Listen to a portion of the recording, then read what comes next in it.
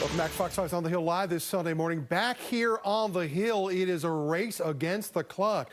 Congress has to pass a spending bill on foreign aid as well as an immigration policy reform before March 1st to avoid a shutdown. Republicans in the House cannot agree on any of this at this point. Can Speaker Mike Johnson mend fences and keep his job in the process? For the latest on the negotiation, we want to welcome back in Maryland Republican Congressman Andy Harris on the Hill. Congressman, good to see you. You were instrumental in crafting, that kind of split deal that kept the government open previously.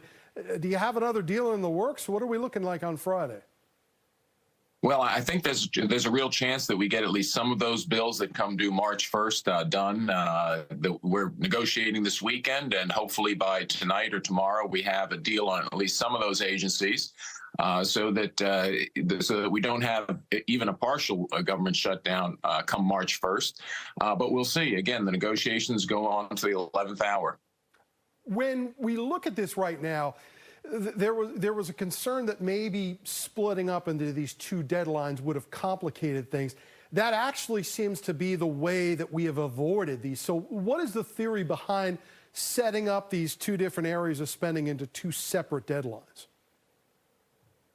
Well, I think one of the greatest dangers in Washington is the what's called the omnibus spending bill, where you lump, $1.7 trillion of spending into one huge bill, put all kinds of other things on that bill, and then rush them through Congress. That's not a good way to do business. It's not the way Congress should do business. And breaking up these deadlines into two discrete deadlines greatly lessens the chance of having one of those big omnibus bills. And I think that's what we're going to see this week, that we're not going to have an omnibus bill, that we'll take care of some of the bills individually. And we might have to put off the March 8th deadline a little bit more because, those are 8 bills come due. But again, it breaks up the chance of an omnibus spending bill. I'm sure you've seen some of the reporting over the last couple of weeks about what's been going on in the Republican caucus in the House. There have been complaints about the current Speaker, Johnson, that, maybe he has not been able to kind of rise to this occasion in the job. You're part of that, Congress. Is the Speaker have his hands on the steering wheel here, or is he in trouble? Well, look, the Speaker has a very, very narrow majority. You'd have to be really, really good to learn that fast how to handle a very narrow majority. But the Speaker's getting things done. Again, I think we're going to make some progress this week, and hopefully then we take up some of the foreign funding bills, not on the Senate's terms, but on the House's terms, and we keep the country moving forward. Obviously, one of the big bills that came out of the Senate recently was that immigration reform package. It met a quick death in the House.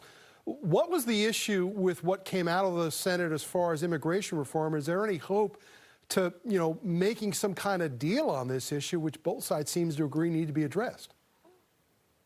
Well, I wouldn't call that bill immigration reform. I think what it does, it codified illegal immigration. It, it basically codified the chance that you're going to have up to 2 million illegal immigrants a year basically admitted into this country. And so it was not immigration reform. It was codification of the failed Biden border policy. It needed to be dead on arrival in the House, but the House may put together its own plan and send it over to the Senate and then negotiate on that. We'll see, because it may still be connected to the Ukraine funding bill. But again, we'll know a little more in the next 2 weeks. Obviously, from a political prism, the White House had said that the reason that the immigration reform bill in the Senate died in the House was because the former President Donald Trump made it go away. Is that the case, or was the Trump campaign driving the train on this, or did Republican members themselves not want any part of that? I think the Speaker had announced a long time before Donald Trump announced his opposition. The Speaker said that bill was going to be DOA in the House if it came over without meaningful border control, because we don't need immigration reform. What we need is control at our southern border. That bill just didn't do it. All right. Congressman Andy Harris from Maryland, Republican, joining us live this morning. Congressman, we thank you. Good to have you here on the Hill this morning.